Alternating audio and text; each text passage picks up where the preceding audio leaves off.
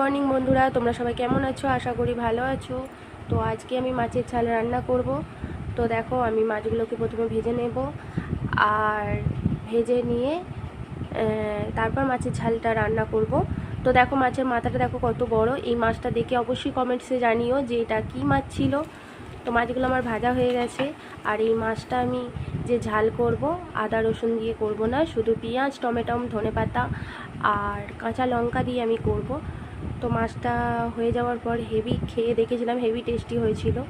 তো এটা কী মাছ অবশ্যই কমেন্টসে জানিও। এই মাছগুলো খুব টেস্টিও হয়, আর টমেটো ধনেপাতা দিয়ে রান্না করলে তো আরোই টেস্ট হয়ে যায়। তো দেখো, আমার মাছের ঝালটা কষানো হয়ে গেছিলো, তারপর জল দিয়ে দিয়েছিলাম, দিয়ে চাপা দিয়ে রেখে দিয়েছিলাম। তো দেখো, আমার মাছের ঝালে রেডি। টাটা, বাই বাই, সবাই ভালো থেকো।